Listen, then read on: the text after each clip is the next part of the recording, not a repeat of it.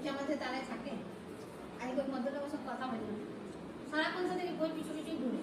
আমি বলছি কাজকর্ম করে না করে জিজ্ঞাসা করি দাদা আপনি কোথায় চাকরি করেন? বলছি চাকরি করি তো। আমি কোথায়? না আমার বইয়ের কোম্পানিতে। আপনার বইয়ের কোম্পানি কোথায় আছে?